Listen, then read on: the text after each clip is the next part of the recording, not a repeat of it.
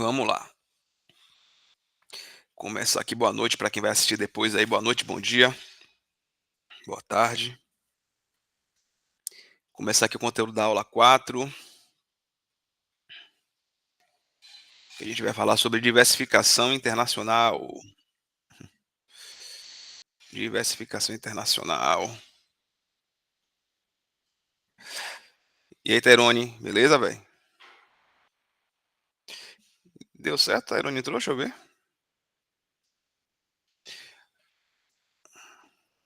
Agora sim, Tairone Nobre.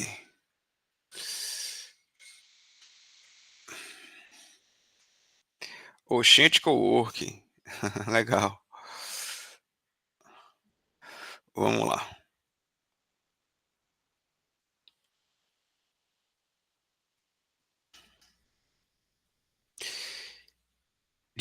Diversificação internacional, tá, gente? O que é que acontece?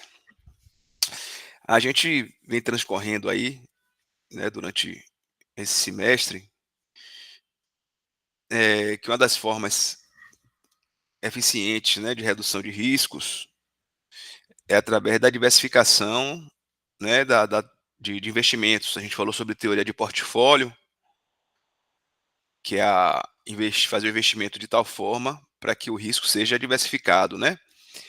Relembrando aí que o risco não sistêmico, que é o risco da empresa, a gente consegue eliminar ou até diminuir ou até eliminar através da diversificação, né? Ou seja, através de investimentos em cenários, em empresas distintas, né? Empresas com betas diferentes.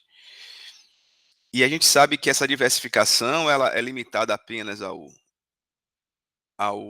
risco não sistêmico, né? Porque o risco sistêmico é aquele risco do mercado, né? É o risco que toda empresa está sujeita a ocorrer, né? Por exemplo, toda empresa do Brasil ela vai estar sujeita ao risco Brasil, né? É o risco do país, é o risco do segmento. Então, a diversificação, quando é feita, né, dentro de um cenário local, regional, uma diversificação de investimentos, por exemplo, em ativos de empresas e negócios, né, eh, exclusivamente brasileiros, o que é que vai ocorrer com isso, né, um investimento desse? Você vai conseguir, de fato, eliminar e reduzir o risco não sistêmico, mas o sistêmico continuar elevado, que é o risco do Brasil. Quando a gente fala de diversificação internacional, é justamente uma forma de amenizar o risco mais ainda, né? Ou seja, eu vou investir, além de investir em ativos diferentes, com betas distintos, com comportamentos distintos, eu vou também investir em ativos que estão em outros países. Por que isso? Porque ativos que estão em outros países, eles não vão estar sujeitos ao risco Brasil, vai estar sujeito ao risco de cada país. Então, quando eu faço uma diversificação com ativos de outras nações, eu tenho uma diversificação em relação a risco melhor, né? Porque a gente consegue eh, fazer com que esse risco ele fique melhor distribuído e dessa forma, se acontecer algum problema que afete o Brasil, meus ativos que estão fora, por exemplo, ele não vai sofrer, em princípio, de algum fenômeno que afete exclusivamente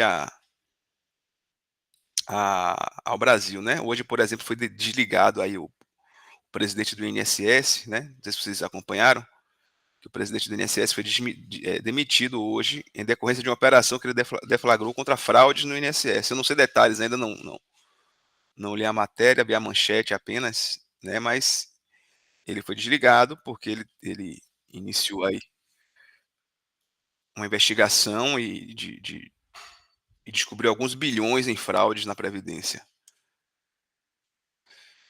Então, essa ação aconteceu, deixa eu ver que horas foi, que saiu essa reportagem. Deixa eu ver se já estava fechada a Bolsa de Valores. Aqui, pelo menos essa aqui da Globo saiu que horas, deixa eu ver.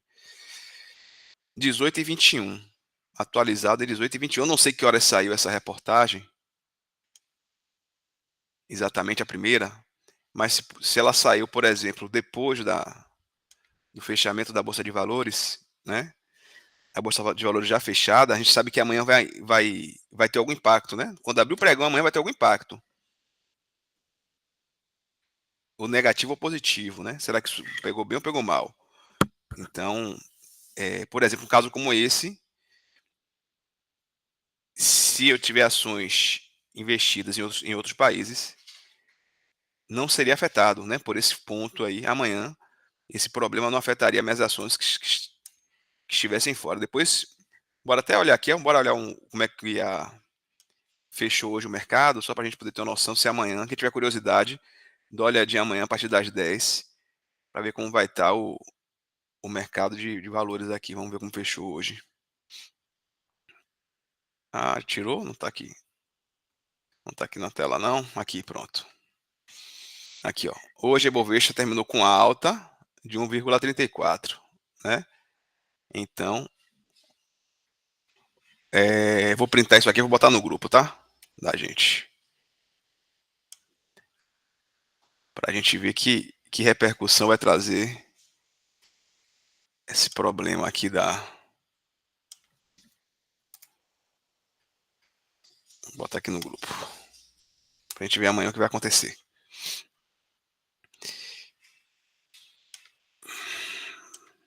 Então, se eu tiver ações investidas em outras nações, então esse impacto, por exemplo, não sofreria, né? Então, a intenção da diversificação internacional é justamente para diminuir mais ainda o risco, né? Então, trago para vocês um trabalho aqui de doutorado, tá? É um material que não foi nem pego em livro, foi pego em uma tese de doutorado.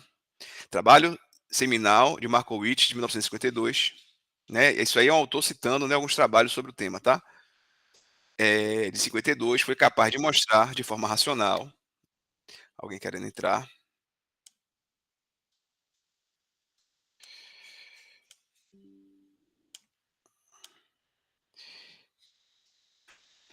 Felipe? Beleza, Felipe? De boa, de boaça.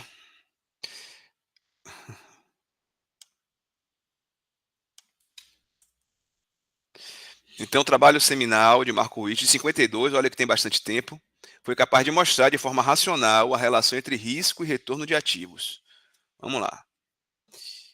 A concepção que os investidores são avessos aos riscos foi trabalhada a partir da hipótese de que, para dois ativos do mesmo retorno, o investidor preferirá aquele de menor risco. Né? Então, já em 52, nesse trabalho aí de doutorado, né, ele já abordou isso, né, e a gente vai falando isso constantemente em sala, né, que obviamente qualquer investidor de qualquer lugar do mundo, se ele se deparar com dois ativos com o mesmo retorno, ele vai investir no que tiver menor risco. Isso não tem dúvida, né? Isso aí é regra universal. Ninguém é louco de ir para um ativo mais arriscado se ele proporciona o mesmo retorno de um ativo menos arriscado. Alternativamente, para dois ativos de mesmo risco, o investidor optará por aquele que tiver maior retorno. Né? Por contrapartida, se ele tem dois ativos que o risco é igual, né, ele vai optar pelo que tiver mais retorno. Né? Então, isso aí, só por essa análise aí a gente já constata, né, que quanto maior for o risco de um ativo, mais esse retorno ele tem que dar, senão ninguém vai comprar esse ativo. Né? Então, quando você reduz risco de um ativo de uma empresa, você automaticamente está fazendo com que ela se valorize. Por que ela está se valorizando? Não, ela não está se valorizando patrimonialmente, né? O caixa dela não está aumentando, o banco no imóvel. Patrimonialmente ela não aumenta porque você diminui o risco, mas o valor de mercado dela aumenta. Porque a partir do momento que você diminui risco, as pessoas vão optar em comprar ativos da sua empresa do que de outra empresa com o mesmo retorno mais arriscado, né? Então, no mercado, mercadologicamente falando, a empresa ela ganha valor de mercado quando você diminui risco. Todas essas ideias foram fundamentais para a compreensão dos conceitos e benefícios que estão por trás do entendimento de diversificação de carteira. Lembrando que diversificação de carteira eu tenho investimento com diversos tipos de ações, de diversos segmentos, de diversas empresas de diversos portes, né? E etc. Quanto mais diversificado, melhor. Dentre os benefícios da diversificação, a redução do risco da carteira ganhou atenção especial ao longo do tempo. Vamos lá. A ideia de que o risco de uma carteira de ativos pode ser menor do que a média ponderada dos riscos de seus ativos levou uma série de estudos ao longo do tempo no intuito de observar e analisar o comportamento de inúmeras carteiras quanto ao benefício da diversificação. O que é que está falando aí? Que se a gente pegar um conjunto de ações e calcular o risco dessa carteira, ok?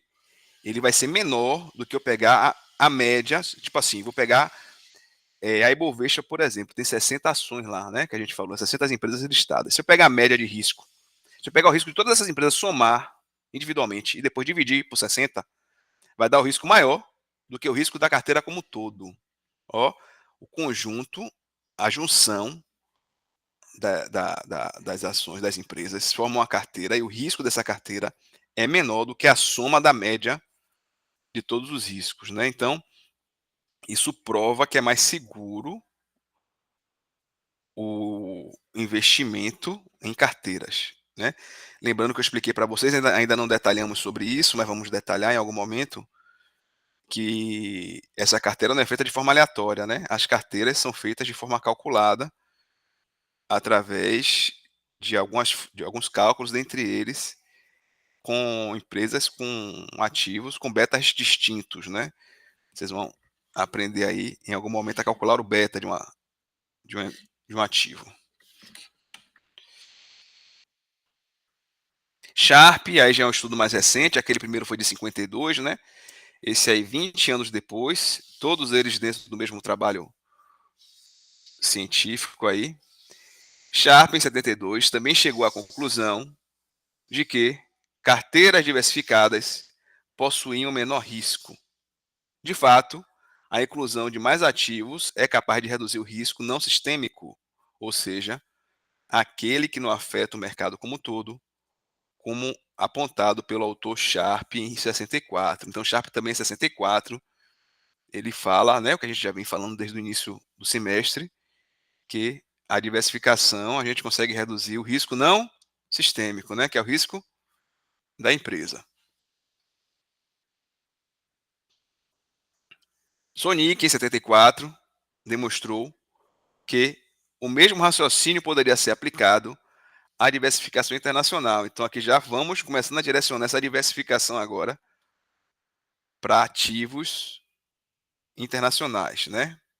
Se uma carteira composta por ativos de diversas indústrias de um mesmo país pode apresentar um risco menor do que uma carteira estruturada com ativos de uma mesma indústria, é natural de se pensar que o mesmo efeito ocorra elevando a diversificação em um nível internacional. Então, o Sonic em 74, ele de forma empírica aqui ainda, observe que não tem nenhum dado, é só uma análise pela observação, né? É uma análise empírica. O que é que ele fala aí? Que se se eu fizer uma carteira com diversas ações de diversas indústrias, meu risco diminui, provavelmente, se eu fizer isso mesmo agora com ações de empresas em países diferentes, o risco tende a ser menor ainda, né? Até então aí é uma narrativa empírica, sem dados, né? Mas foi o pontapé inicial aí para poder ser feita essa análise da diversificação internacional. Alguém querendo entrar na sala? Adria. Tudo bem com você, Adria? Tudo bem, boa noite, pessoal. Boa noite, professor. Boa noite.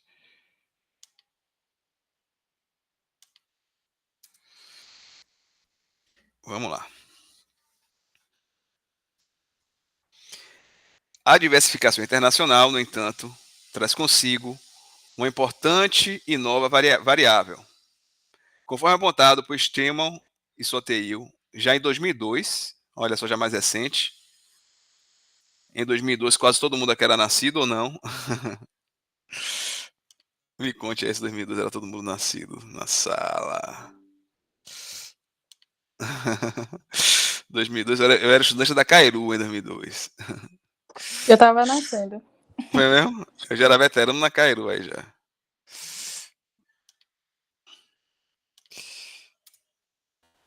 Então, em 2002, um ativo estrangeiro pode estar denominado em uma moeda também estrangeira, estando o investidor sujeito, portanto, às variações e, consequentemente, ao risco cambial inerente a esse ativo. Mais alguém querendo entrar? Nayara Barros. Tudo bom, Nay? Tudo Boa bom? noite, professor. Tudo Boa. bem? Boa Então, noite, viva. turma. Vamos lá. Então, né, o que é que o autor agora fala? Olha só, ele traz um dado importante já em 2002. Observe que a gente começa a falar sobre diversificação em 52, né, 1952, em diversificação internacional em 74. Em 2000, em 74 eu já não era nem nascido ainda, 74. Em 2002 eu já era aluno da Cairu aí. Então demorou, né, entre um e outro aí um tempo. Mas é o que é que ele fala? Ele fala o seguinte: tudo bem, a diversificação internacional de fato ela promove, pela ótica da diversificação aí, uma redução de risco. Contudo, quando você faz uma diversificação internacional, você adiciona um risco, um novo risco, que é o risco do câmbio, né? Você eliminou um risco porque está em um país distinto, mas em compensação você agora tem um risco da moeda, que cada país tem uma política, né? Então vamos analisar com cuidado aí, se é o que está falando Estelma e Soteil, vamos analisar com cuidado aí, porque temos que considerar também nessa diversificação internacional o risco cambial do negócio, né? Ele está certo, ele está certo.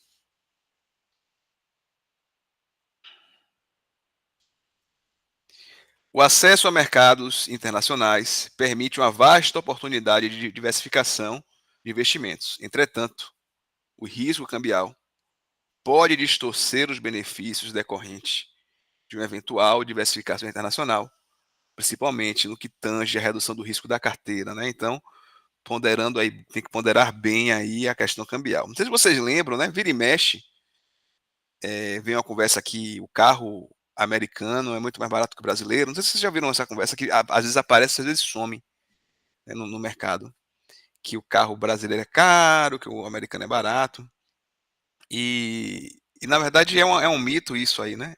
Na verdade, o que faz um ficar mais barato ou mais caro é justamente a variação cambial. A depender do dólar, aparenta que o carro nosso é caro ou barato. Quando converte para uma moeda única, a gente percebe que a distorção não é tão grande assim, né? Então o câmbio, às vezes, ele distorce um pouquinho o cenário, né? Então, vocês como gestores financeiros, quando forem iniciar, né, a diversificação internacional para reduzir o risco, né, lembrar de levar em consideração o câmbio, né, a política cambial desse país. Além do risco cambial, a diversificação internacional pode apresentar outros riscos ao investimento, como riscos políticos e legais, bem como obstáculos e barreiras ao acesso de novos mercados. Olha só, o que é que está falando aí? Além do risco, né, do câmbio, quando você vai investir em um país que você não conhece, né, aquela empresa está sujeita também às regras daquele país, né, aos riscos políticos daquele país, à insegurança jurídica daquele país. Né? Claro que tem países que são consolidados, né, que a gente sabe mais ou menos o caminho, né, as economias mais maduras aí, né, a gente percebe que até o risco político, né, o risco da insegurança jurídica é menor, né, e é menor de propósito, né. A partir do momento que um país quer receber investimento, ele tem que ter um cenário favorável para o investimento. Então, os países desenvolvidos, eles têm um cenário favorável para investimento, porque eles querem captar investimento, é óbvio, todo mundo quer, né. Então, se você não tem um cenário favorável para investimento, você vai ter menos investimento do que outras nações. Então, isso quer dizer o quê? Que o Brasil, ele não tem um cenário muito favorável para investimento, né, no que tange à segurança. A gente tem um alto risco e vários riscos, né? Insegurança jurídica no Brasil é grande. A gente vê decisões de juízes, até do STF, né? Tem o mesmo juiz do STF dando decisões diferentes em períodos distintos, né? A gente tem segurança jurídica, tem segurança econômica, segurança jurídica porque as leis mudam o tempo todo. Tem o alto custo de logístico, né? O Brasil tem alto custo logístico, normalmente a mercadoria é transportada de forma rodoviária, que é um dos mais caros que existe, né? Aqui tem pouca cabotagem, apesar de ter uma costa fenomenal, mas tem pouca cabotagem no Brasil, que é a carga via navio, quase, acho que é menos de 1% a cabotagem. Ferroviário não tem quase nenhum, né? Então o Brasil é um país continental e sempre com a maioria da logística é rodoviária, então custo elevado logístico, um custo tributário alto também, né? O Brasil tem uma política tributária meio insana, né? Porque tributa o que não pode tributar, o que não deve tributar, que é a produção e a contratação de pessoas, né, gente? Se você desestimula a contratação e desestimula a produção, você vai estimular mais o quê, né? Se o que gera riqueza é isso. E o Brasil, se vocês olharem bem, o tributo do Brasil, ele justamente ele vai em cima da produção, né? E em cima da folha. Então, tem esse cenário todo aí que afeta, né, nosso país. Então, um investidor entre dois ativos com o mesmo retorno, ele vai no mais seguro. Ou seja, isso quer dizer que as empresas brasileiras, para serem atrativas para o investidor internacional, ela tem que ser o que mais lucrativas, tem que dar melhor retorno, em decorrência do risco, né? Então, para ser atrativa, tem que ter um retorno maior. Ou seja, mais trabalho para a gente aí, né? Como gestores. Então, nosso trabalho é maior, porque para a nossa empresa ser atrativa, a gente tem que ter um cenário mais favorável, né? Tanto interno, de risco interno, como de performance. As relações políticas, comerciais e fiscais entre os países podem descaracterizar a figura de um bom investimento para ativos estrangeiros, pois pode significar custos adicionais ao investidor, né? Então, além do que a gente falou há pouco, dos riscos políticos e legais, né, ainda tem também os riscos comerciais e fiscais, que cada país tem o seu, né? Então, essa diversificação internacional tem que ser bem ponderada aí, né? Analisada sobre essas óticas todas para poder, de fato, quando for pesar na balança, ser constatado que foi mais vantagem fazer a diversificação internacional do que manter-se na diversificação local.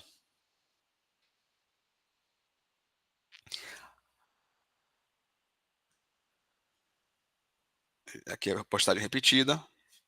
No entanto, segundo os autores acima citados, as desregulamentações do governo e a interação do mercado de capitais têm reduzido excessivamente das barreiras, né? O que é que está se falando aí? Que com o tempo, né, cada vez mais os mercados estão globais, né, gente?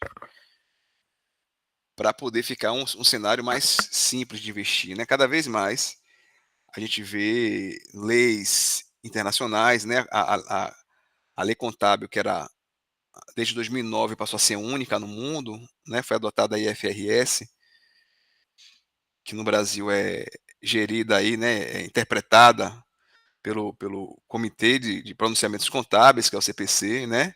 Fez com que as normas fossem unificadas no mundo todo pela norma europeia. Então, isso aí já foi um grande avanço para o mercado internacional, dentre outras unificações, cada vez tende, né, a ficar mais parecido, né, ficar menos complexo investir internacionalmente, porque o mercado ele é global, né? Ele é global.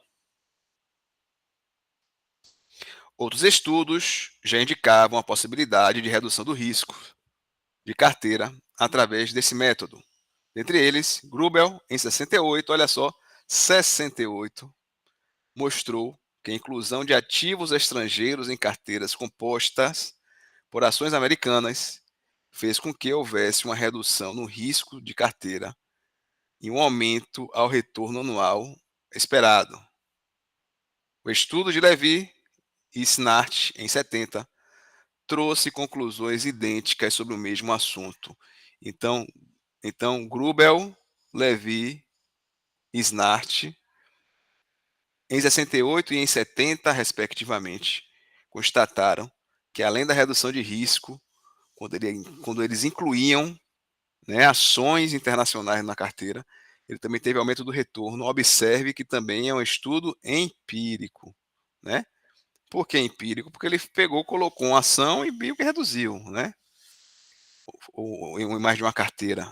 Então, é um estudo empírico, a gente não está vendo constatação estatística. Como é que se comprova o estudo empírico? Através da estatística. Né? A estatística que consegue tornar o estudo empírico um dado científico seguro, né? Desde que se use o formato e o modelo adequado. Tá? Então, quem for pensar em fazer estudo empírico, observatório, lembre-se que tem que usar a metodologia quantitativa através da estatística para poder comprovar seu estudo.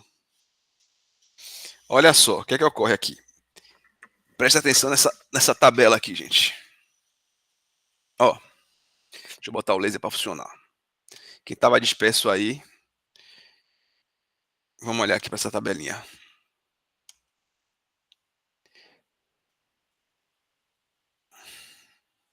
Olha só. Aqui estão os países: Austrália, Alemanha, Hong Kong, Japão, Reino Unido, Estados Unidos. Alguém chamou? Maria Beatriz, pode falar? Oi, prof. Boa Tudo noite. Eu tô bem? Boa acompanhando noite. aqui pelo notebook, mas o senhor não tá refletindo, não. Não tá compartilhando a tela. Eu tô Não tá não? acompanhando pelo meu aqui. Não, eu sei que Jesus, você tá demorou para na aula falar. 4. Tá na aula 4, mas não tava compartilhando, não. Agora sim. Jesus, só você que viu agora, meu pai. Meia hora depois. Não, eu já Como tinha foi só texto, visto. né? Como até agora foi só texto, menos mal, né? Isso, eu já Chegou na tinha visto. imagem. Quando chegou na imagem, se falou. Professor, Ah. eu também, como o senhor estava lendo, eu também não percebi. Aí, como você falou, olha a imagem, eu disse, cadê? Ainda bem que foi a tempo, foi na hora da imagem, né? Que vocês... Tá certo. Eu tava lendo, deu no mesmo, né? Mas falaram no momento certo. Foi na hora de mostrar a imagem. Eu não compartilhei. Mas vamos lá. Na hora certa aqui. Alguém quer entrar? Jaqueline.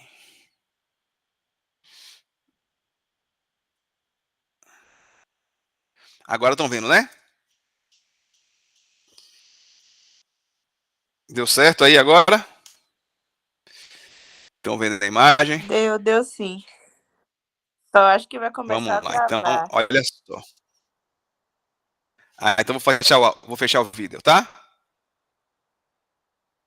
Vou fechar minha câmera aqui.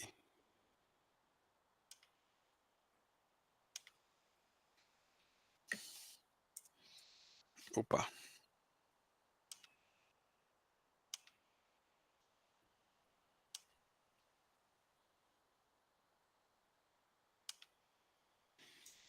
Olha só. Aqui tem a imagem na tela.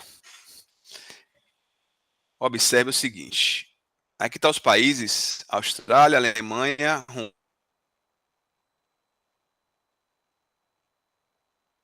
Kong, Japão, Reino Unido, Estados Unidos. Daqui para cima são países desenvolvidos. E daqui para baixo, ó, Brasil, China, Índia. Alguém quer entrar?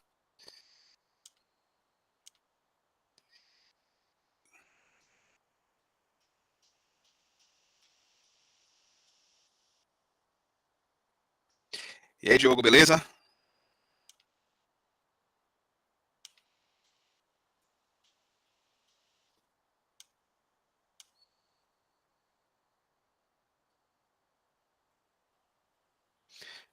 Vamos lá. Então aqui em cima estão os países desenvolvidos e aqui embaixo Brasil, China,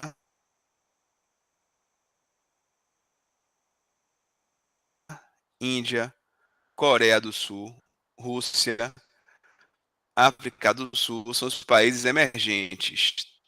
Daqui para cima, desenvolvidos, daqui para baixo, emergentes. Retorno médio, observe que aqui tem retorno médio, mínimo, mediana, máximo e desvio padrão, né? Chega a falar para vocês no bate-papo, né? Quanto mais o número se distancia da sua média, maior é o desvio padrão. Ou seja, deixa eu pegar o maior desvio padrão aqui, quem é? O maior aqui, ó, é Rússia. Por que Rússia tem o maior desvio padrão? Porque entre o máximo de 61 e 13 e o mínimo é quanto? Menos 60. Então a variação aqui é maior. É por isso que o desvio padrão é maior, né? Porque entre o mínimo e o máximo, ele tem uma distância mais elevada. O que é que ocorre? Observem aqui que o desvio padrão, nesse caso, é o que está nos mostrando a medida de risco, né? Quanto maior for o desvio padrão dos ativos dessas empresas, maior vai ser o risco dela. Então observe aqui, ó, que a Austrália 6,49 de desvio padrão, a Alemanha 7,37, ou seja, a empresa desvia da média. As empresas na Austrália, os retornos desviam da média em 6,49% para mais ou para menos. Então, desvio padrão de quanto? 6,49% em média. A Alemanha 7,37%. Hong Kong 7,81%. Japão 5,54%. Reino Unido 4,91%. Estados Unidos 4,82%. Então, aqui, ó, por aqui, que tem menor desvio padrão são as empresas americanas, né? 4,82%. E, em média, os países desenvolvidos têm um desvio padrão de 5,20%.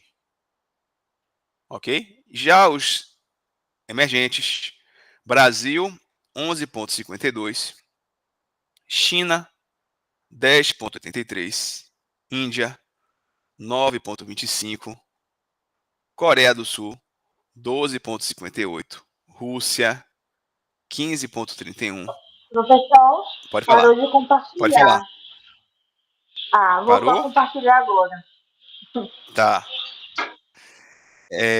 África do Sul 8,42%. Em média, os países emergentes têm um risco de 8,56%. Observem que os países emergentes têm um desvio padrão maior do que os países desenvolvidos, né? Ou seja, as economias mais maduras. Isso quer dizer o quê? Se, por essa ótica aqui, por exemplo, eu investir em ações em empresas americanas, do Reino Unido, do Japão, por exemplo, eu vou estar correndo um risco menor do que se eu investir em empresas do Brasil, China, Coreia, Rússia, etc. Né? Então, pela ótica do desvio padrão, a gente vai olhar outro ponto de vista também aqui, mas pela ótica do desvio padrão, é mais seguro aqui o investimento em países, em empresas de países desenvolvidos. Observe aqui, ó, a China e a Rússia, né? O nível de risco, né? O Brasil também é um risco alto, né? Comparando com... É mais do que o dobro, né? Quase o triplo, né? Dos Estados Unidos. Isso quer dizer o quê? Que a gente tem que dar muito mais do que retorno, né? Para a gente ser atrativo, a gente tem que dar um retorno muito maior.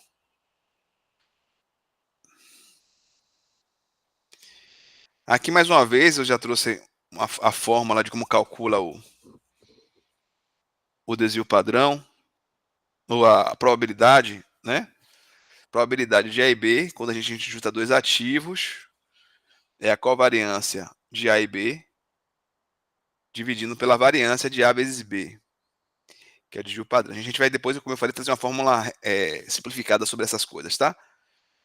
Ó, é possível observar que os mercados emergentes apresentam um risco maior ao investidor quando comparados aos mercados desenvolvidos, né? Então é nítido que os mercados emergentes ele é mais arriscados do que os mercados dos países desenvolvidos. Tal comportamento pode ser visto também nos valores mínimos e máximos encontrados. A amplitude de retorno é maior para aqueles mercados, ou seja, os retornos podem oscilar mais para os mercados emergentes, trazendo, portanto, mais riscos para o investimento. Sempre, gente, que houver um desvio padrão maior, sempre que houver, é porque os retornos máximos e mínimos vão estar mais distantes um do outro. Isso é óbvio, né? Então, sempre assim, sempre que eu tiver um retorno, sempre que eu tiver um desvio padrão menor, é porque o retorno máximo e mínimo está mais próximo, porque é justamente o desvio padrão, ele justamente mensura quanto um número se distancia da sua média, né? Então, quanto maior for o mínimo e o máximo, mais ele vai estar distante da sua média e maior será o desvio padrão, né? Então, o que está falando aí nessa tela é justamente o conceito de desvio padrão, né? É o que norteia o desvio padrão, assim como a variância e a covariância, que os três representam a mesma coisa por óticas distintas. Mas a variância, a covariância e o desvio padrão, os três, eles representam quanto o número se afasta da sua média. E quanto, pela ótica do risco, quanto mais se afasta da média, mais arriscado ele fica. Em contrapartida, remunerando o investidor pelo risco tomado, o retorno médio também é maior para os mercados emergentes, né? É óbvio que o mercado emergente ele tem que ter um retorno maior. Se ele não tiver um retorno maior, ele não tem investidor, né? Então, o que estimula o investidor em em comprar ativos em empresas de países emergentes é o retorno dela, né? Ela só vai sobreviver se ela te der um retorno maior. Senão ele não vem para cá, conforme a gente viu lá no início da aula, né? Do estudo lá de Sharpe lá atrás, de 1952, falando que investidores, ele não, entre dois ativos com o mesmo retorno, ele vai no mais seguro, né? Então, convergindo aí para que os países emergentes, para que eles tenham investimento, tem que dar um retorno maior.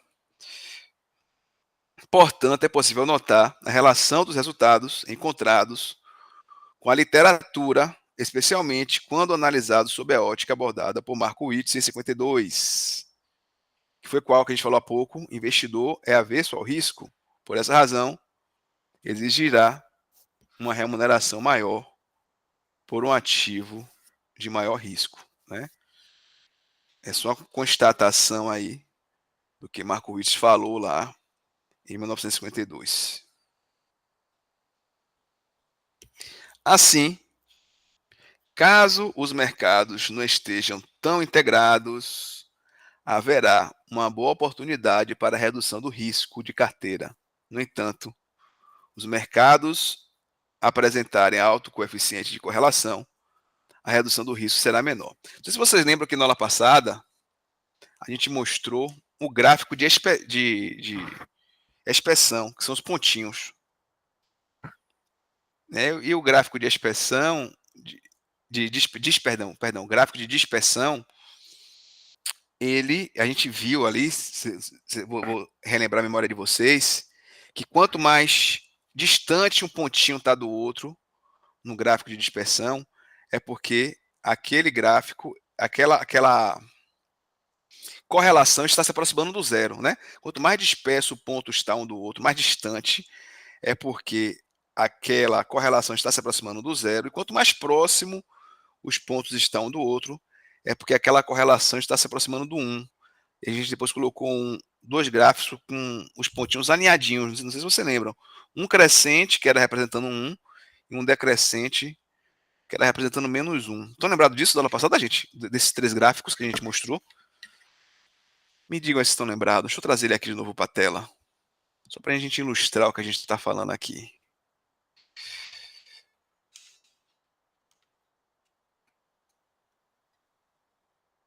Vou trazer aqui.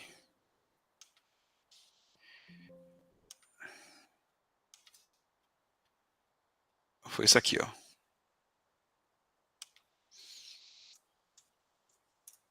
Tá lembrado daqui? Olha só.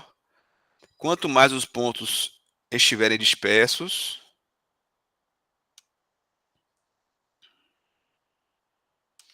quanto mais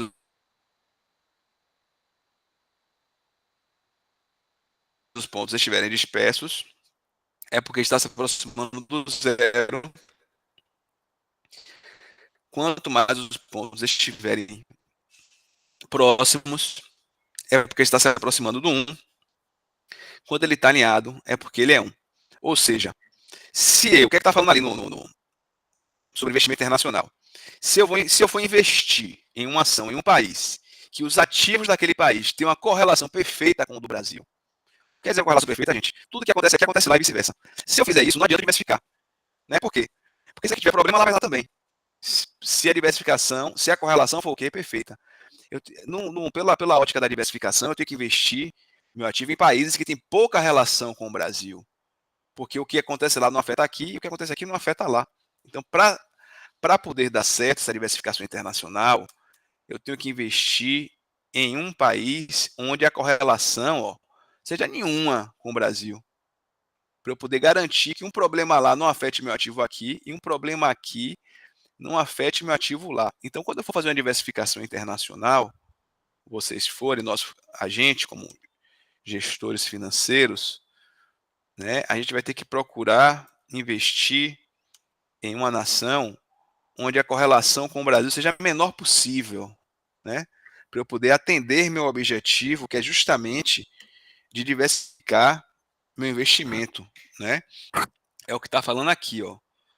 Assim, caso os mercados não estejam tão integrados, né? Quando não estão integrados é porque aqueles pontinhos estão separados um do outro quando monta um gráfico, né?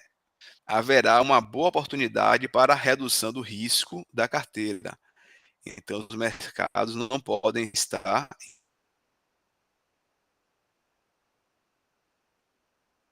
integrados. No entanto, se os mercados apresentarem alto coeficiente de correlação, a redução do risco será menor. Ou seja, se os mercados estiverem na correlação próxima a 1, os pontinhos ativos alinhadinhos, né, próximos um do outro, eu vou ter uma redução de risco menor. Porque, como eu expliquei há pouco, se um lugar for ruim, o outro tende a ser também. Se um for bom, o outro tende a ser também. Então, nesse caso, não vai ter vai funcionar, meu risco vai diminuir menos, né? Olha só, outra planilha aqui, do mesmo estudo ainda, da mesma tese de doutorado. Quem quiser essa tese de doutorado, me peça que eu mando, tá, gente? Ela na íntegra para vocês. Mas o que é que tá falando aqui, ó? Comparação dos índices de correlação dos mercados selecionados. Então, aqui está falando a correlação de um país com outro. Né? Quanto maior for o percentual, quer dizer que esse país é mais próximo do outro. Austrália, Alemanha, Hong Kong, Japão, Reino Unido, Estados Unidos, Brasil, China, Índia, Coreia, Rússia e África do Sul. E aqui do mesmo jeito. Observe o seguinte, por exemplo, Brasil, bora ver com que ele tem baixa correlação e alta correlação. Ó. Brasil, ele tem maior correlação com a Austrália, tá vendo? Tem uma grande correlação com a Alemanha, com Hong Kong, com o Reino Unido, com os Estados Unidos. O que a gente tem uma menor correlação aqui, ó, é com o Japão. Tá vendo por aqui, ó? O Brasil tem uma menor correlação com o Japão. Isso quer dizer o quê? O que acontece lá afeta menos aqui, e o que acontece aqui afeta menos lá. Ou seja, se eu quiser fazer uma diversificação internacional, é melhor que eu invista em uma ação de um país japonês, né? Já se eu for investir em um país, em uma ação de uma empresa da Austrália, observe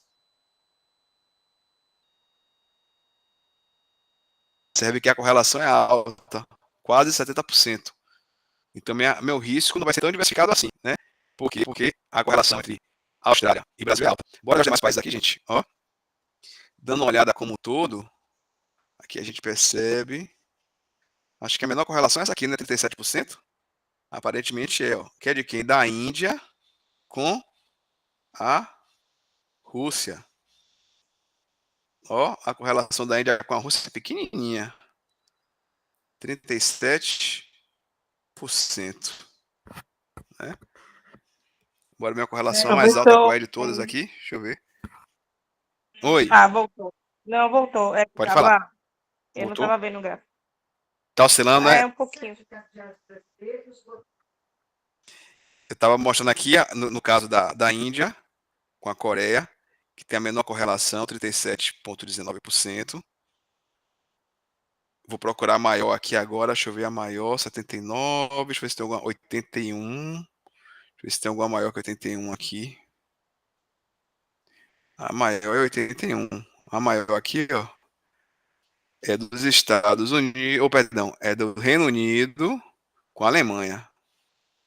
A correlação do Reino Unido com a Alemanha é altíssima, quase 82%, né, da correlação de um país com o outro aqui. Então, quando for fazer a diversificação internacional, então acompanhar, né, a gente já viu aqui nesse estudo que para o Brasil é o melhor, dos países analisados aqui, no Brasil, é melhor para diversificar e investir em empresa japonesa. E no Japão, deixa eu olhar o Japão, já que a gente está falando da japonesa. O Japão, ó, ele com a Alemanha também é baixo, mas com o Brasil é mais baixo ainda, não foi? Não, é parecido. Para a empresa japonesa, é bom investir no Brasil. É bom investir no Brasil ou na Alemanha.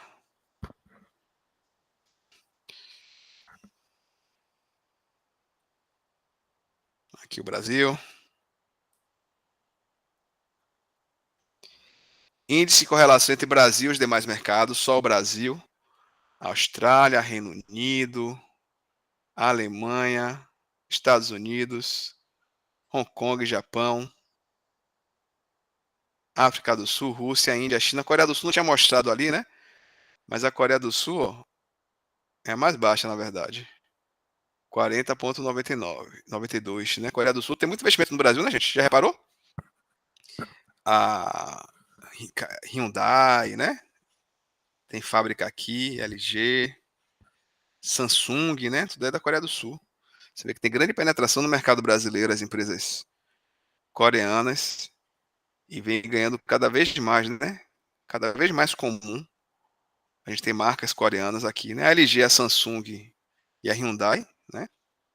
São grandes cases aí da Coreia do Sul, forte no Brasil, muito forte no Brasil, né? A gente observa aqui, ó, que tem um porquê, né? Desse investimento desse país aqui, porque aqui a correlação é mais baixa, então ele diversifica melhor, ele diminui mais o risco dele quando investe no Brasil, né? Porque a correlação é mais baixa.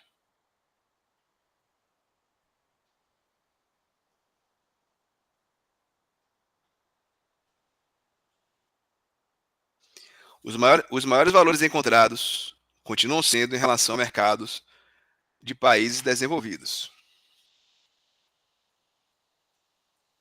Altos valores para o índice de correlação também foram vistos para os países emergentes como África do Sul e Rússia, embora os mais altos tenham sido entre Austrália, Reino Unido e Alemanha, né? Então, Brasil, pela ótica do Brasil, né, a gente tem alta correlação com países emergentes como a África do Sul e a Rússia, e temos também uma correlação alta com os países desenvolvidos como Austrália, Reino Unido e Alemanha.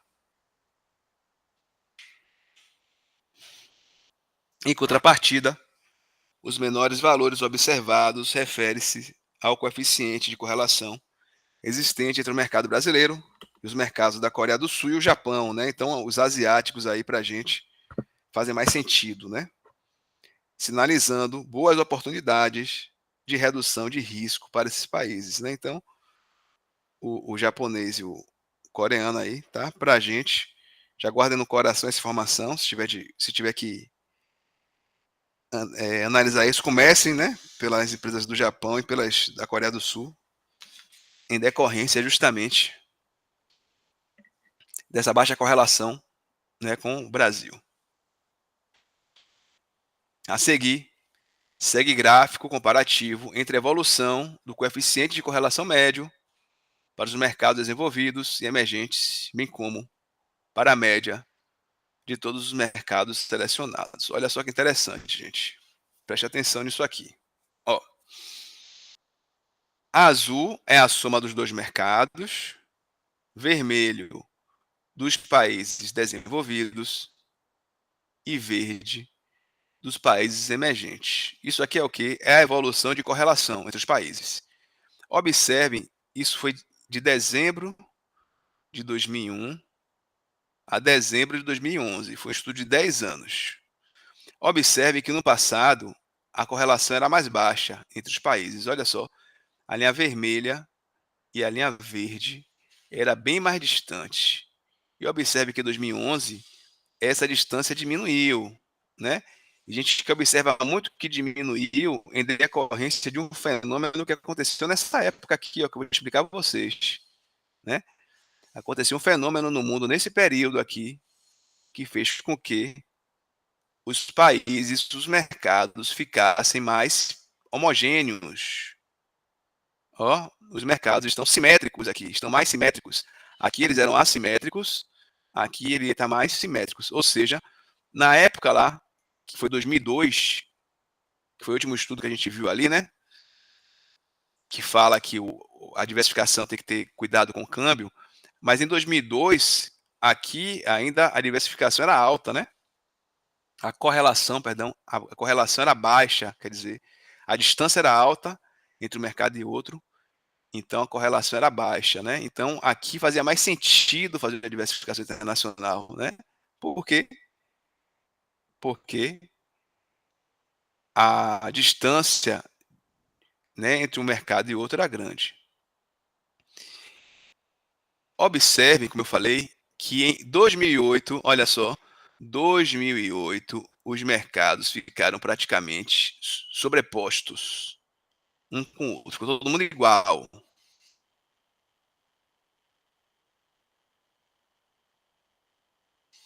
E o que aconteceu aqui mesmo que fez esse fenômeno? A crise imobiliária americana. Não sei se vocês lembram disso. Tem uma colega que nasceu em 2002, ela disse, né, estava nascendo em 2002, então tinha 6 anos. Então eu só queria saber de Gagal aí, de Peppa, né? Não existia Peppa, né, ainda. Ela só queria saber de desenho, não estava sabendo disso não. Não sei se alguém era um pouco mais velho aí, mas em 2008 houve uma crise, a crise norte-americana, a bolha imobiliária, que teve até o Brasil chamou de marolinha, né? Teve até ficou famoso, né? Que falou. Mas vamos lá, o que aconteceu em 2008? Em decorrência dessa crise imobiliária americana, né? O mercado ele ficou tenso, teve uma crise internacional, uma crise global, mundial. E não sei se vocês lembram que eu falei ainda hoje, que em 2009 o Brasil ele adotou a norma internacional IFRS, Norma Internacional de Contabilidade. O que é que ocorre? Com essa crise que teve americana, né, já existia uma pressão muito grande, já há muito tempo atrás, para que as normas contábeis fossem unificadas nas empresas, né? E existia uma grande briga, demorou de unificar, quando eu e Tairone estudava, né, na Cairu, contábeis naquela época, a grande briga que existia era entre a escola europeia e a escola americana aí, para saber qual que ia prevalecer. Então era a grande briga que existia para a unificação da norma também, para saber se a norma americana ou a europeia que ia ganhar, ia virar norma internacional, né? No final ganhou a IFRS, que é a norma europeia, a europeia se sobressaiu. E com essa crise de 2008 foi quase imposto que todos os países adotassem, né, a norma contábil internacional, que é a IFRS, que foi a europeia que ganhou. E quando isso aconteceu, gente, a partir do momento que você unificou as normas contábeis, as empresas começaram a se comportar de forma parecidas, né? E uma vez se comportando de forma parecida, a diferença entre elas diminuiu, ficou mais homogêneo. Então foi justamente a partir da crise, da crise imobiliária americana, houve a internacionalização das normas contábeis. Isso fez com que daqui em diante os mercados eles ficassem mais homogêneos, ó, um próximo do outro, um próximo do outro. Olha só a correlação, ou seja, hoje deve estar mais próximo ainda. Eu não tenho esse estudo até hoje, mas em 2011, uma diversificação internacional já diminuía o risco, diminuía menos o risco do que lá atrás. Porque lá atrás era um cenário diferente dos países. Então, hoje está cada vez mais próximo, então, a correlação entre os países. Ok? Deu para entender o raciocínio desse gráfico? Me contem aí, por favor. O que eu quis dizer. Me contem se deu para entender. Conceitualmente falando. O que esse gráfico está nos dizendo. Um minuto de silêncio. Essa galera tá tomando um café agora. Tô brincando, pode falar. Assim, eu acho que assim, foi a visão que eu tive, né? Não sei se vai estar certo. Jogue duro Mas aí. em questão dos mercados, né? De que as pessoas se dispuseram mais a investir. Então, acabou que os níveis aumentaram, tanto proporcionalmente, né? Isso, os desenvolvidos, os emergentes. Tipo, a movimentação ficou maior. A minha interpretação foi mais ou menos também essa, isso. porque eles cresceram juntos, basicamente. Sua ótica tá certa também, tá?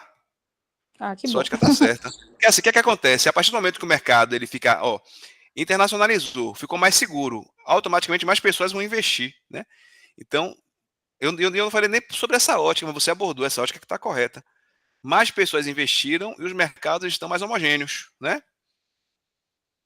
Sua visão tá certa, viu? Parabéns. E foi uma visão diferente Obrigada. da minha, inclusive. Quem foi que falou aí? Quem mais? Falei para mim. Eu queria saber mais a visão do senhor mesmo. Mas não sei se mais algum colega vai falar. Falei, mais algum colega para falar aí, gente? O que é que vocês acharam? Se entenderam o raciocínio? Se eu botar um gráfico desse parecido na prova, se consegue interpretar?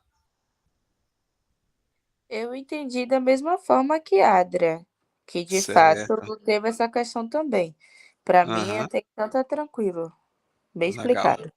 Legal. Olha só. Continuando cá.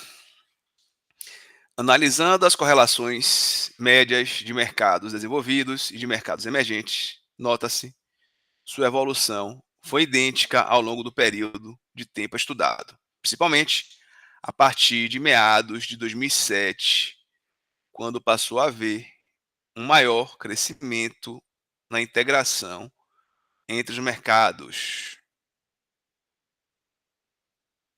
Embora os mercados desenvolvidos e emergentes tenham se comportado de maneira semelhante, o maior nível de interação entre os mercados desenvolvidos foi observado, o que indica uma possibilidade menor de redução de riscos, quanto da diversificação da carteira, né? Como a gente viu aí, quanto mais homogêneo é o mercado, mais próximo, a correlação fica mais próxima.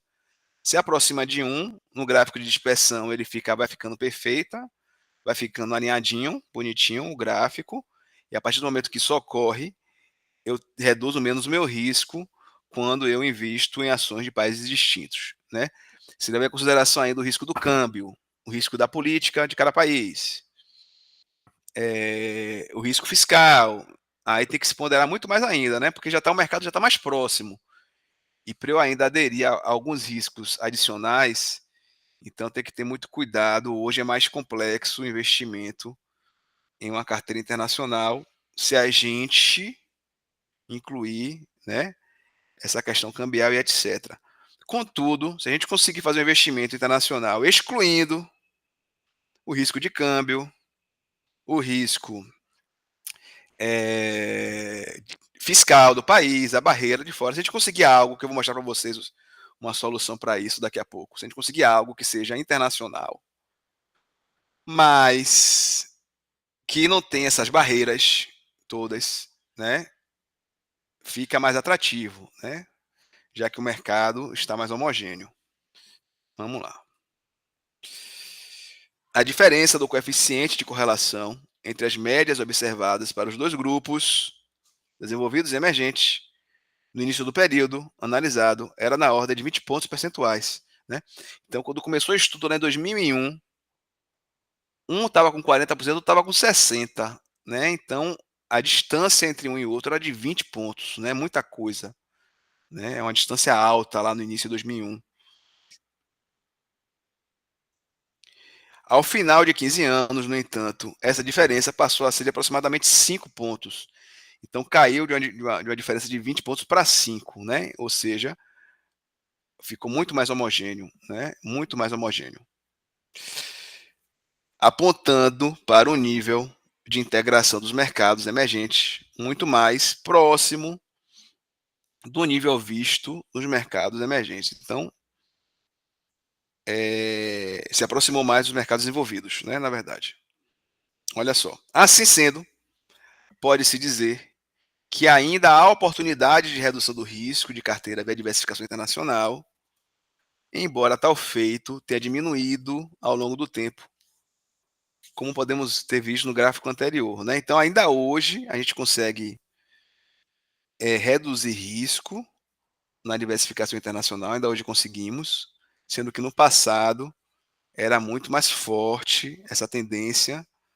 Né? Hoje ainda se reduz, mas em menor intensidade. Né?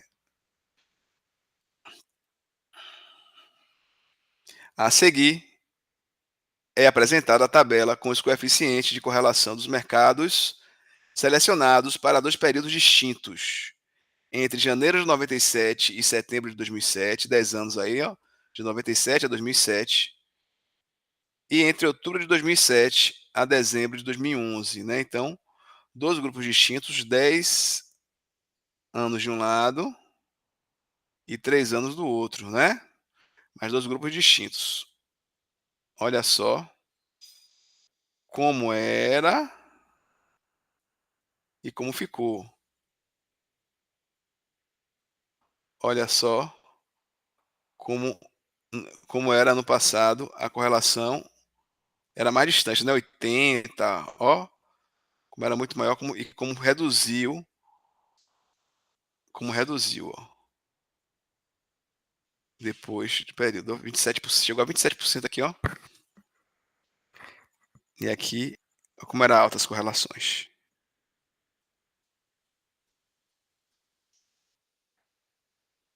Então, observe a mudança drástica entre os períodos, né? Um com a correlação muito mais alta e outro com a correlação muito mais baixa, né? Então, no passado, a correlação era baixa, hoje a correlação é alta. Ou seja, aqui tinha um cenário melhor de diversificação de risco e aqui tem um cenário inferior em relação à diversificação, né? Porque as correlações aumentaram muito, ficou mais próximo um país do outro e que era mais distante. Uma correlação de 24%, baixinha, né? Deixa eu ver se tem alguma menor de 24, era aqui da Índia com a Rússia. Deixa eu ver se tem alguma menor que 24 aqui. Acho que 24 é menor. E cá em cima, qual é que é a menor? Deixa eu ver. Não tem uma na casa dos 20, ó. Agora. Tá vendo? Não tem ninguém na casa dos 20. A menor acho que é 62. A menor na casa de 62. China e Japão, né? China e Japão. E aqui é Rússia e Japão.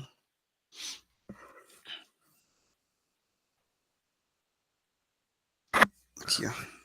No caso do Brasil, o Brasil aqui era com a Coreia, era com uma correlação baixinha, né, no passado. Ó. E aqui, correlação da Coreia com o Brasil, 74. Aqui 74, aqui era 30. Olha que diferença.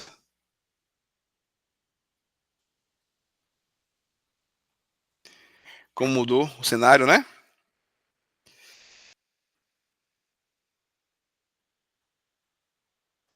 como o cenário mudou com o tempo. Atualmente, os mercados, tanto desenvolvidos como emergentes, apontam para um alto e estável nível de integração entre si, o que tange ao risco. Não traria maiores benefícios ao investidor. Os altos valores de correlação, no entanto, ainda admitem espaço para redução de risco de carteira, embora não na mesma proporção vista anteriormente, foi o que a gente falou. Solução para isso que eu trago para vocês aqui, uma sugestão, não sei se vocês já ouviram falar em ETF. ETF, Exchange Trade Fundo. O que é um ETF, gente? ETF é um fundo, né? Um ETF brasileiro, por exemplo. Você vai na Bolsa de Valores, existem fundos brasileiros com ações brasileiras, regidas pelas leis brasileiras. Contudo, ele espelha um índice internacional. Olha só que interessante. Através da estatística, através do cálculo do beta, consegue-se fazer carteiras brasileiras, com empresas brasileiras, mas que essa carteira retrata um índice internacional. Por exemplo, você pode achar aqui uma ETF que retrate o índice SP500 americano. Você vai comprar uma carteira brasileira, agora aquela carteira brasileira, ela se comporta de forma similar, muito similar, com a carteira americana. Isso é feito através da ciência, né, do cálculo estatístico. Então, eu consigo, né, dentro do Brasil, fazer um investimento em ETF, espelhando uma carteira internacional. Olha que legal, né? Vocês podem entrar aí na Bolsa de Valores ou no banco de vocês, aí, falar com o gerente, para ver se ele tem alguma ETF para lhe oferecer. Né? Aí você pode falar assim, eu quero um ETF do fundo japonês. Né? Por que você quer do fundo japonês? Porque você sabe que, como a gente viu, a correlação do Japão entre o Brasil é pequena, e você comprando um ETF que retrate um fundo japonês, esse ETF ele vai estar retratando o que acontece numa carteira perfeitamente diversificada no Japão, mas regido pelas leis brasileiras, porque é uma ação brasileira e sem ter risco cambial. Né? Então, é uma alternativa. É a sigla em inglês para... Eu sou ruim em inglês, gente. Exchange Trade Funds. Funds, que são fundos de índices, como traduzindo para o português, são fundos de índices, como é Bovespa, o IBOV11, né? O IBOV11 é o índice Bovespa. Por exemplo, neste caso, se a Bovespa subir 10% em um mês, a ETF Bovespa vai ter o mesmo desempenho. Ou seja, se você comprar um ETF que retrate a Bovespa, se a Bovespa cresce 10, ele cresce 10. Se a Bovespa cai 5, ele cai 5 também, porque ele é um ETF e ele retrata um fundo da Ibovespa. Você fala, professor, mas por que existe ETF da Ibovespa, já que eu estou no Brasil? Porque ETF, além ele não tem só a vantagem em espelhar uma ação, ele também te dá menos custo de corretagem. Por quê? Porque já que ele é um ativo que espelha outro, né, não tem não tem especialistas que ficam mexendo nas ações, porque ela já é um espelho de outra. Então, o custo de corretagem é muito menor de um ETF, tá? Então, às vezes é mais barato para você investir em um ETF que retrate Ibovespa do que propriamente no Ibovespa. Você vai pagar menos, você vai ter menor taxa, né, de corretagem, menor taxa de manutenção da carteira do que com ETF. Os especialistas até criticam quando chamam ETF de uma carteira, né? Eles falam que ETF não é uma carteira, né? Porque não tem um gestor e tal. Então, a ETF traz esse benefício também, tá? Vai ter o desempenho bem parecido, já descontado da taxa de administração. Qual a diferença de um ETF para os fundos de ações? O que é que muda de uma para outra, né? ETFs combinam características populares de ambos. Com o fundo, ao compor uma cota de investidor, está comprando, na verdade, uma coleção de ações ou títulos. Ou seja, quando você compra um ETF, você não está comprando uma ação só, você está comprando uma carteira, né, de ações ali. Isso permite maior diversificação e acesso a ativos mais restritos por uma quantia relevantemente menor de dinheiro. né? Se você fosse comprar uma ação individual de cada empresa, ia ser mais caro para você do que comprar um ETF, né? Com uma ação, você pode comprar e vender um ETF durante todo o dia, desde a abertura até o fechamento do mercado. Então, o ETF na Bolsa de Valores, ela tem a liquidez como uma ação, você compra e vende durante o dia, né? Só vai estar sujeito à cotação daquele momento. Se você quer vender agora, sua ETF, ela vai estar valendo a cotação daquele momento, mas você compra e vende dentro da Bolsa de Valores, tem a liquidez, a Bolsa de Valores, ela garante a liquidez dos ativos imobiliários, dentre eles o ETF, tá?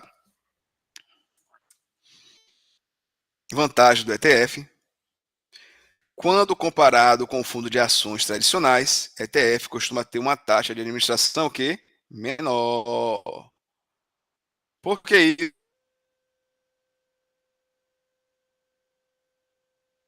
isso?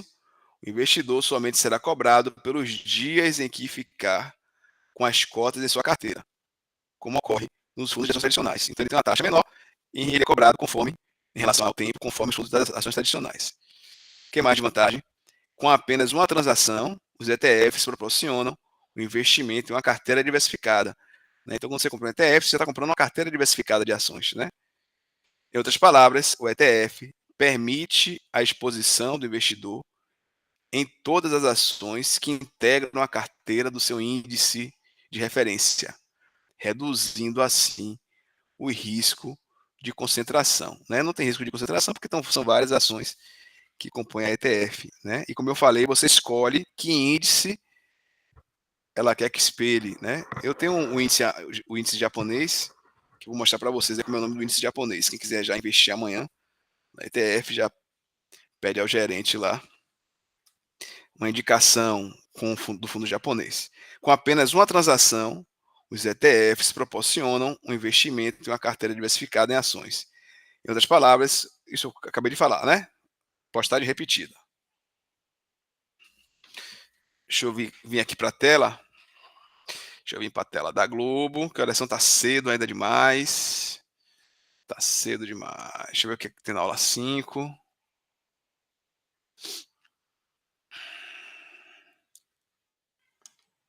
Tá, CAPM. Vamos lá.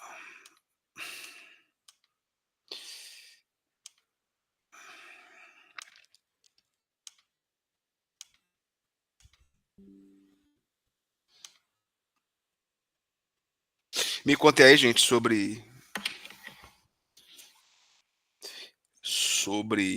a diversificação internacional, se deu para entender a lógica da coisa, conceitualmente falando, sobre a questão da vantagem ou diversificar internacionalmente quando estamos falando de países com baixa correlação, já que o objetivo, pela ótica do risco, é em diminuir o risco, e só faz sentido eu diminuir o risco se eu for investir em um país com uma baixa correlação com o Brasil, né, que a gente viu que até aquele estudo ali, o Japão estava sendo apontado, né, como menor correlação, já a Austrália era que tinha maior, né, esse foi o ponto que a gente começou a falar. A gente viu também que a diversificação internacional ela tem tem que ponderar o risco aí do câmbio, da política cambial, né, da política econômica, da insegurança jurídica do país, das leis fiscais, das barreiras internacionais, né? Quando a gente vai fazer, tem que ponderar isso para ver se é vantajoso ou não. A gente viu também que os países estão com a correlação mais próxima desde a crise de 2008, da bolha imobiliária norte-americana, né? Que naquele momento obrigatoriamente foram obrigados a unificar, as nações foram praticamente induzidas a aceitar a norma internacional de contabilidade e passou a valer a IFRS, que no Brasil é traduzido pelo CPC, né? IFRS é uma norma americana, é a norma europeia que prevaleceu, e de lá para cá os mercados ficaram mais próximos ainda, né? De 2008 para cá, e a gente viu também agora no final aí que uma alternativa para eu conseguir diversificar de forma internacionalmente falando, sem ter o risco do câmbio, o risco do país que eu estou investindo através de uma ETF.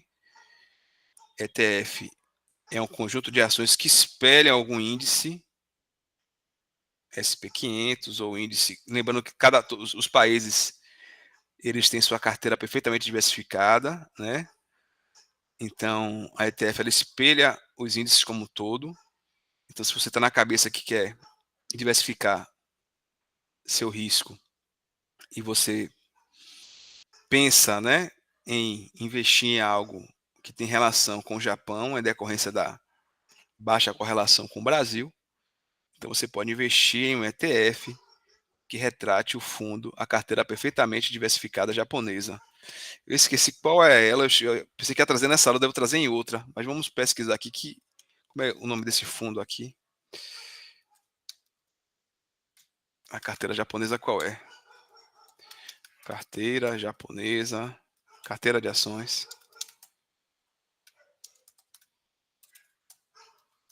Japonesa. Perfeitamente. Diversificada.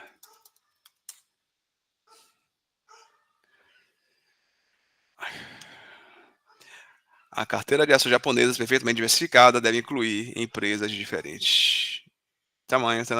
O índice aqui, ó, Nikkei 225. Aqui, esse índice aqui, ó. Nikkei 225.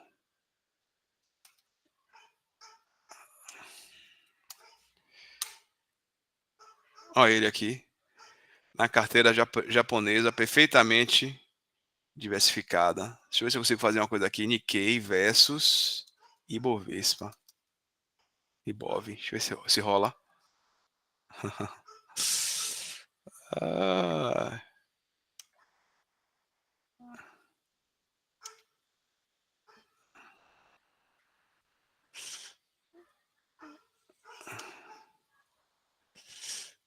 Não tem Nikkei versus Ibov, não. Queria pegar uma pra gente comparar. Se de fato, quando uma sobe, outra desce. E vice-versa. Cotação, botar comparação. Pra ver se vai. Do Nikkei com Ibov. Tem não. Bom.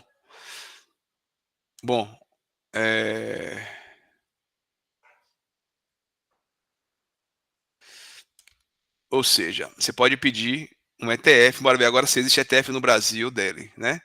ETF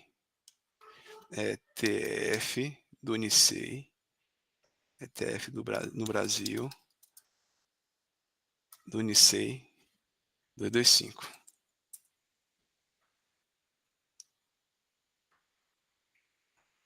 Ó.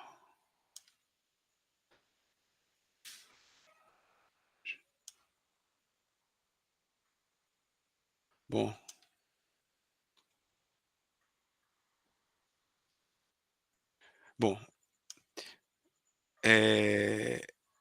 Quem quiser investir em um ETF japonês, o conselho aí que seja um ETF que retrate o Nikkei 225.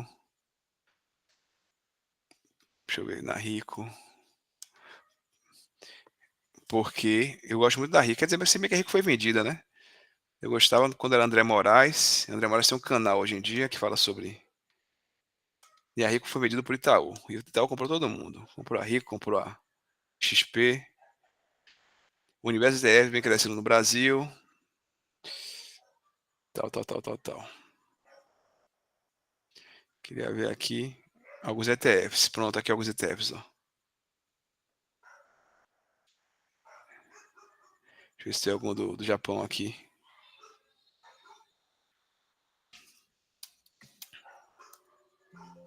Tem do Japão não, aqui. Aqui os índices, aqui alguns ETFs que estão listados, ó. Vou ver só empresa de pequeno porte. Bom, aqui alguns ETFs que tem no Brasil. Aqui, ó, internacional, pronto. SP500, que é americana. Nasdaq. Americana, empresa de tecnologias, SG, setor imobiliário. Aqui tem algumas ações aqui, ó. SP500. Aqui tem algumas ETFs que retratam ações aqui na Rico.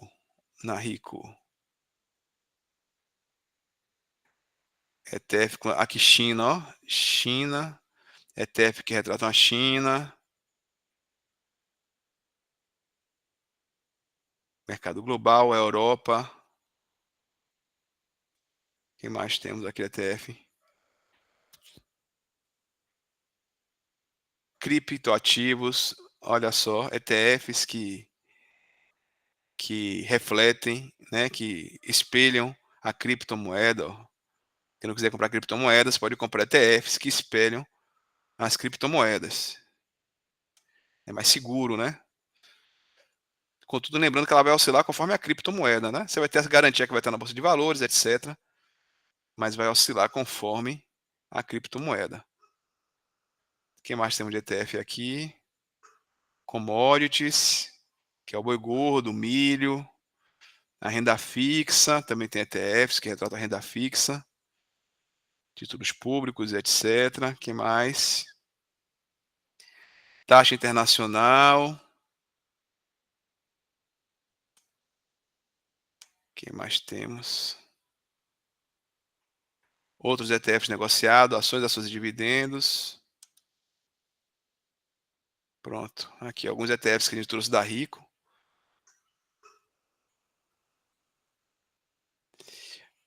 Então, quem tiver interesse aí em investir, tá? Em ETF, jogue duro, ou então indique para a empresa. Quem tem apetite aí, quem gosta de arriscar mais um pouquinho, vai lá, joga no ETF da criptomoeda. Aqui Ô, a dica que ainda vai professor, crescer. Pode falar. qual seria o valor médio para investir na ETF? Não é alto, não. Bora ver aqui. Acho que a gente descobre. Deixa eu ver valor. Até para você investir na Ibovespa não é alto, não. Agora é isso, né? Como você paga a taxa de corretagem às vezes, vai ter que saber investir para não. Daqui a pouco você está pagando mais do que o que você está A gente está com gastando. trabalho na matéria de finanças e mercado de capitais. E o professor deu 20 mil para cada um, e aí a gente está simulando a compra e venda. Então, a gente já está se familiarizando com o site da B3. Aí eu Legal. queria ter mais ou menos noção, porque pela compra e venda de ações, aparentemente parece ser fácil. Dá para fazer. Você está com 20 mil aí simulado, né? Eu faço isso também. Isso. Aí dá para comprar. Compra ETF lá, compra. Joga duro. Procura lá as ETFs na listada. Vai ter ETF listada. Deixa eu botar aqui esse portal aqui no grupo, porque vocês podem ver o nome das ETFs. Deixa eu botar aqui. Joguem duro, vai ser massa você diversificar com. Vai ser bem diferente. Você não pode justificar que a intenção era redução de risco e tal. Então, no caso, pode ser considerado como É mais. ação, como as É, outras, né? é assim, não é, é um ativo imobiliário. Você compra como se fosse uma ação na Ibovespa. Vai estar lá. Ela vai estar listado lá para vocês. No site.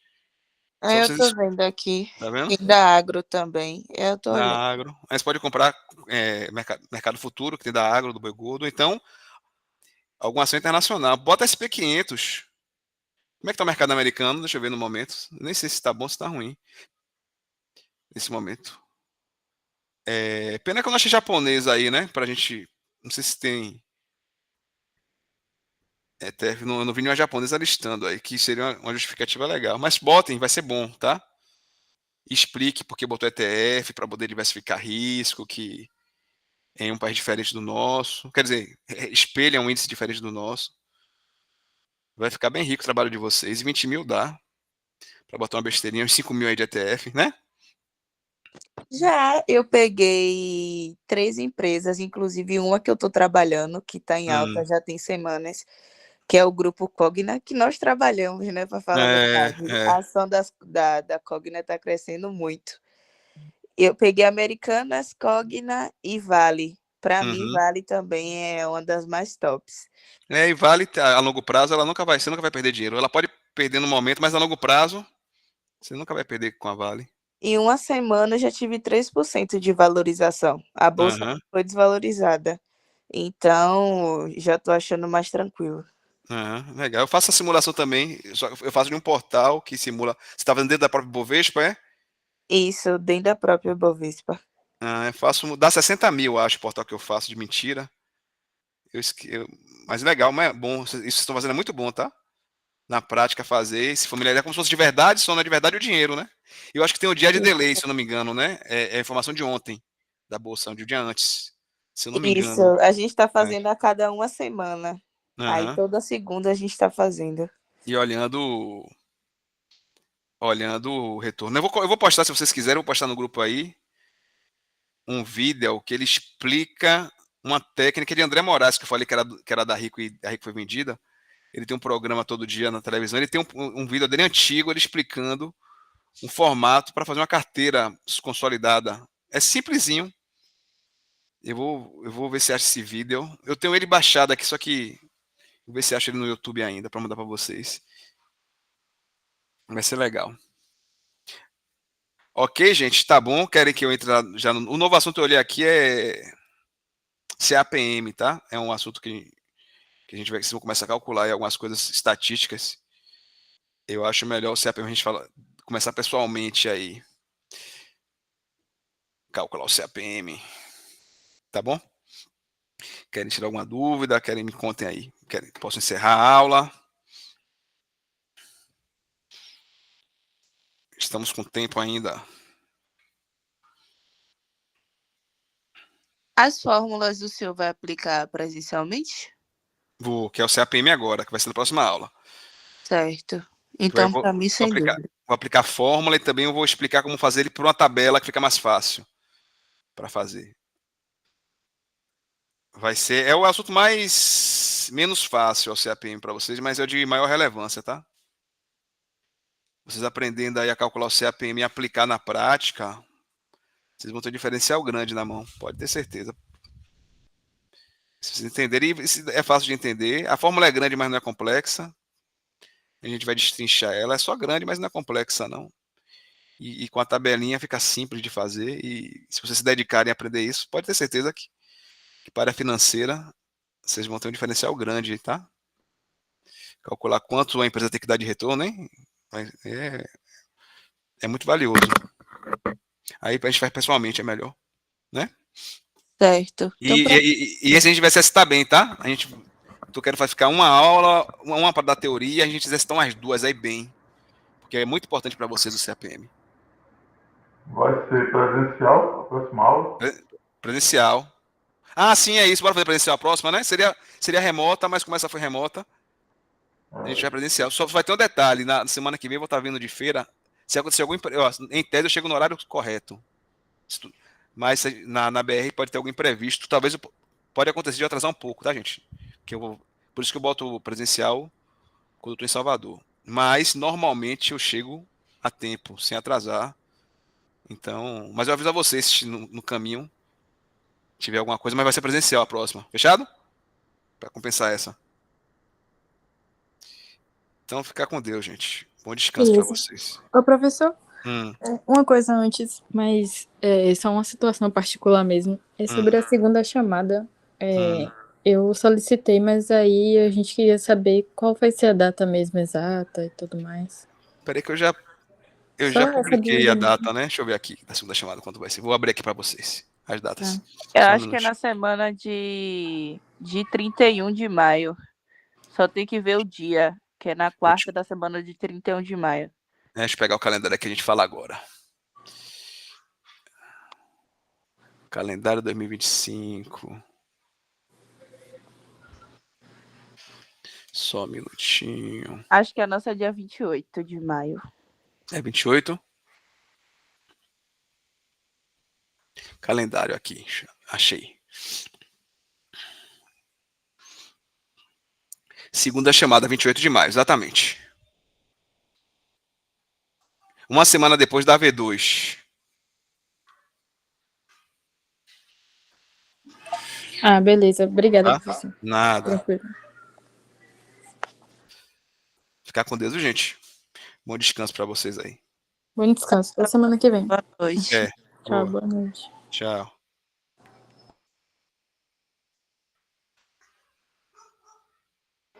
Tchau, boa noite, professor. Tchau, boa noite. Professor, Oi, pode falar. depois eu vou falar com o senhor no WhatsApp, viu? No privado. Quer que todo mundo saia e fique só a gente ou prefere no WhatsApp mesmo? Pode ser no WhatsApp. Tá bom. Então vou desligar aqui e falo com você lá, tá? Tá bom, valeu. Obrigada. Nada.